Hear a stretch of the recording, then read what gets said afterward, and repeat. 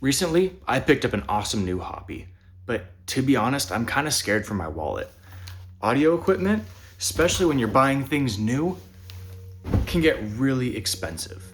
And that's why I choose to get everything used off of Facebook Marketplace. Take these speaker stands, for example. I got them for $20 for the pair. I made a custom top plate to match the dimensions of my speakers, and I've been really happy with them. But I need another pair. You see, I'm gonna take these speakers that I've been using in my office for a while, and I'm gonna bring them out to the living room and use them as surround sound speakers. Putting them on this cabinet is an option, but I think they're a bit too close together, and this is really noisy. Another option is to use the keyhole slot here to hang it on the wall. I think it looks a bit weird though. I just think that stands are gonna be the way to go. It gets it closer to your ear level, and I think that's what I'm gonna go with. Now, when I say speaker equipment is expensive, the stands are no exception. Although a pair similar to mine would only run me about $150, you can find speaker stands that are upwards of $1,000 for a pair. Crazy. I have an appreciation for good sound and nice equipment, don't get me wrong, but I'm gonna build my own stands. It'll be a really fun build, and I have a suspicion that I'm gonna come ahead on the price, even on the low end, and I'll show you why in a minute. My goal for this project is to do my best to replicate the stands that I already got. I took some measurements and created a 3D model that I can use as reference. Using that model, I made myself a drill template to ensure that everything would be repeatable. You may notice that the drill template isn't a square like you'd expect, and there's a funny reason for that. I actually found the center post that I'm going to use for this project sitting on the side of the road while driving home from work. It is a 3.5 by 4 inch rectangle rather than a 3.5 inch square that you'd expect from your typical 4 by 4. But what can I say, the price was right, so I won't complain. Out here in the workout space, we got these speakers that really just don't get used that often. So I'm gonna take the plugs, those will be helpful in the living room, and then I'm gonna rotate these into my office. All right, it's a new day. Got the speakers all set up in the office, and I'm ready to get cutting. First up on the agenda are a pair of base plates. Both figuratively and literally, these are the foundation that the rest of the project will be built upon. I'm measuring out two 12-inch squares out of this IKEA tabletop, which has a thickness of 1 inch. So I've got this long cut to make, and I don't have a table saw or a track saw or anything like that. So I'm gonna show you a quick trick that I use to get these nice and straight. I'm gonna use this offcut of a board, which has a relatively straight edge, and butt it up against the edge of my circular saw.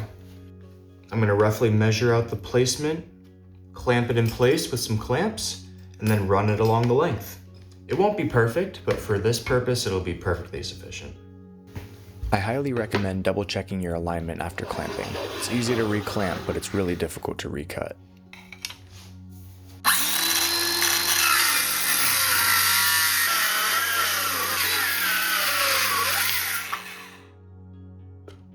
In my opinion, the results are well worth the minute or two of setup. I'm really happy with how that ended up turning out. And as an added benefit, got to cut off most of the water damage from this board. There's still a bit down here, but I have a feeling that'll get taken care of with one of the future steps.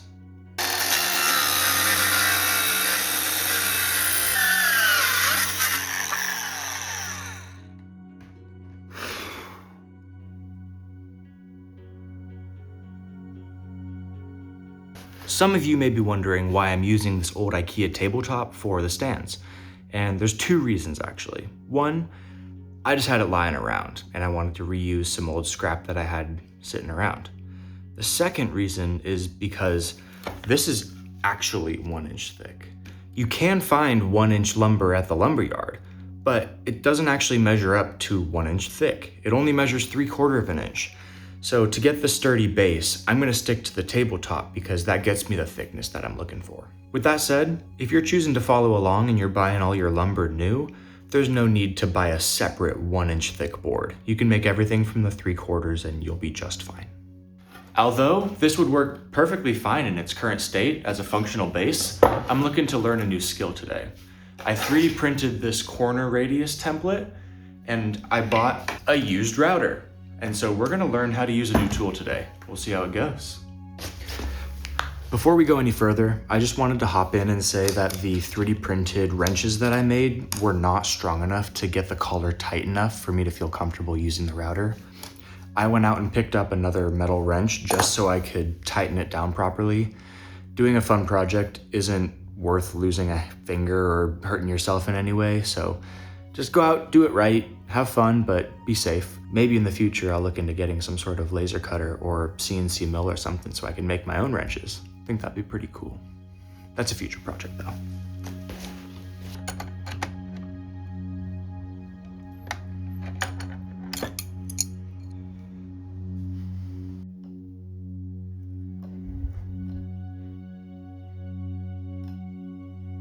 Okay, I was struggling. The flush trim bit that I got on the router has a bearing at the lower end, which means that the template that I'm gonna use needs to sit on the underside of the material. Now, that doesn't initially seem like an issue, because I can just clamp it in place, but the clamp gets in the way of where the router needs to go to properly follow the template. This thing is really old, it has a huge base on it, and so I need to figure out another way to secure the template. Now, what I realized is on the underside here, there's a hole. And I was gonna use this hole already, and that was gonna mark the location of the feet that I'm gonna be using. But what I'm gonna do is I'm gonna drill these holes now and then use like a washer and a screw to hold this on the underside so that I don't need any clamps.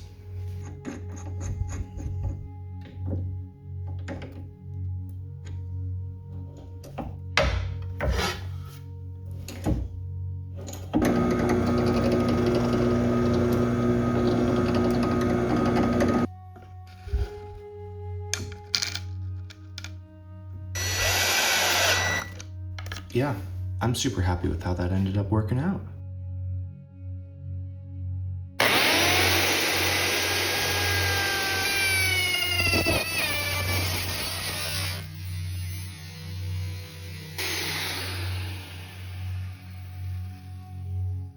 Well, that did not work. Blew up my print, chopped out a corner, chipped out the edge of the board. I don't think it could have gone worse. Well, I guess I have all my fingers, so that's a good thing, but I'm gonna reprint the radius gauge and kind of do some research and regroup and try not to screw up the rest of the corners. All right, took a little breather, felt a bit discouraged, but I'm gonna start back up with an easy win, clean up this edge and get the top plates all made up. I'm making my top plate 7 inches wide, but your mileage may vary depending on the footprint of your speaker. I'm gonna make one cut, and then since the boards are still attached, I'm gonna run a 45 down each side. It'll just be easier to do them while they're connected. Now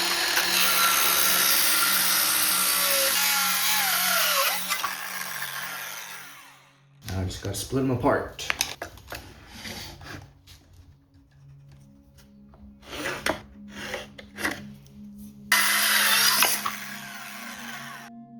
Nice and even. I think I'm gonna follow my own advice and just make new squares for the base out of this. It's gonna be a bit thinner, but it's not a bunch of pieces glued together, so hopefully it won't splinter apart, and it'll just give me a fresh base to start my routing journey once more. So wish me some luck, but I'm gonna get these cut down into squares. Just how this 1x12 is not actually an inch thick, it's not actually 12 inches long. So I'm gonna measure at 11 1/4 down the side and make 2 cuts that way. All right, from this post, I need to get 2 34-inch sections. And I'm gonna do my best to avoid problem areas like this. And that end in particular is pretty rough. And so I'm gonna start from over here, make 2 34-inch cuts, keep myself away from the bad stuff on that end. All I've got is a circular saw, and it cannot go all the way through. And I'm really hoping that I can do one cut on one side, another from the other side, and there's enough space in between that I can break it off and then sand it.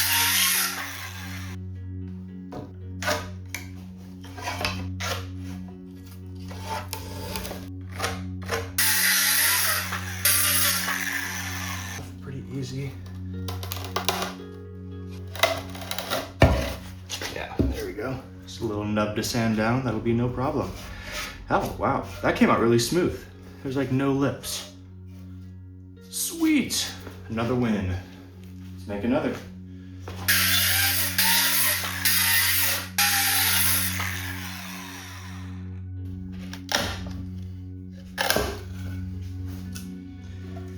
This one wasn't quite as good, but still easy enough to sand down.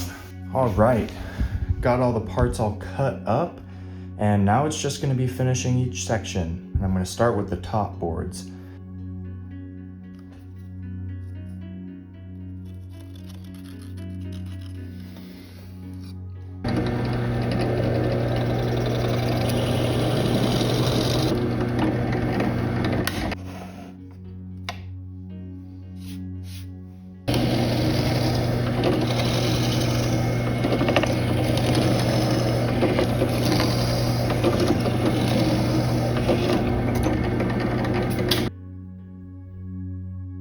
Since I've already got this set up, I'm gonna make the bottom pieces too.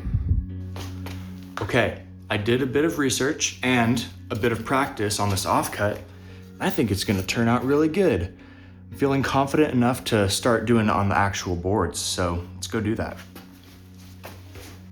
Picking up this tool for the first time, I was honestly pretty nervous.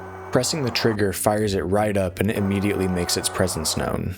But now that I've used it a few times, I've started to really appreciate its utility. The fear I used to feel is replaced with respect, and I know it's my job to use the tool properly.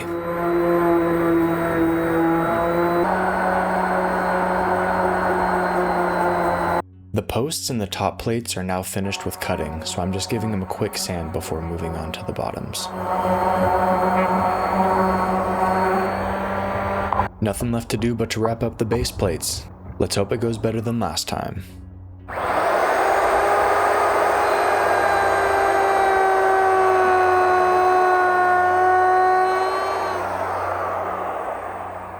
Hey, that looks really good.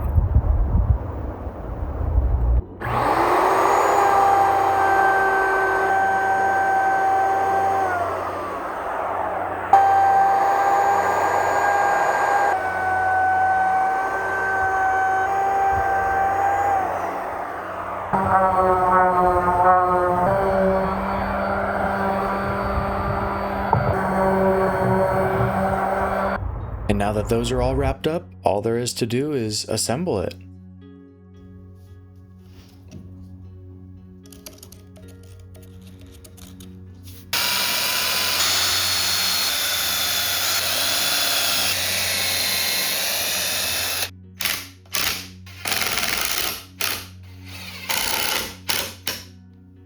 And here they are fully assembled. I'm really happy with how they turned out, and I couldn't resist bringing them inside and seeing how they would look. The only thing left to do from here is to try my hand at texture and color matching. I picked up some wall texture spray and some cans of black spray paint, and I'm hoping that will get me in the ballpark.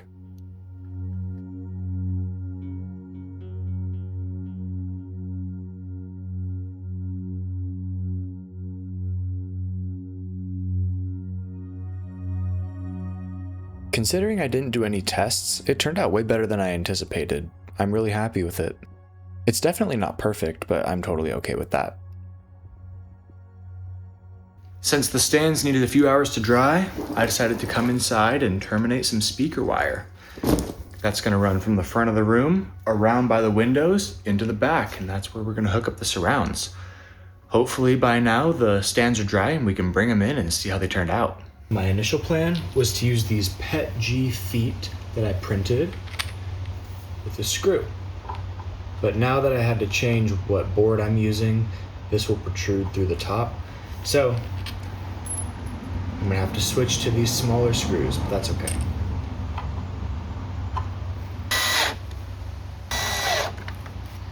I designed the feet so that they would work well with these 1-inch felt pads. They just fit right into the recess.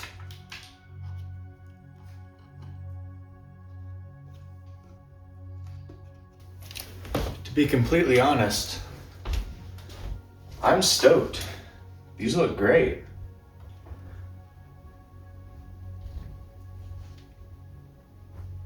Sturdy enough.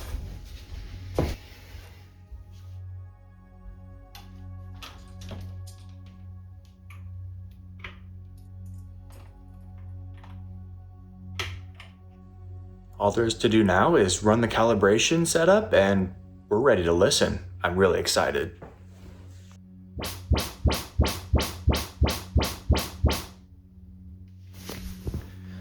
Well, that does it. Was it worth it?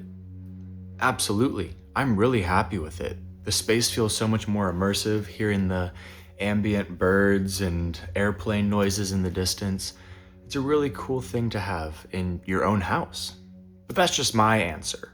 It's my space, it's my time, and it was well worth the experience. And I learned how to use some new tool, some new techniques for finishing and texturing.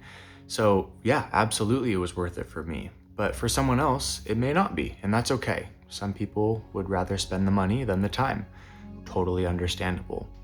But if this kind of thing does sound interesting to you, I'll leave my Thingiverse account linked in the description, and I'll add the drill template and the 3D printed feet to that account. You can pull those down yourself and make your own. But that's all I got for you this time. Thank you for checking in, and I appreciate your time. I'll see you in the next one.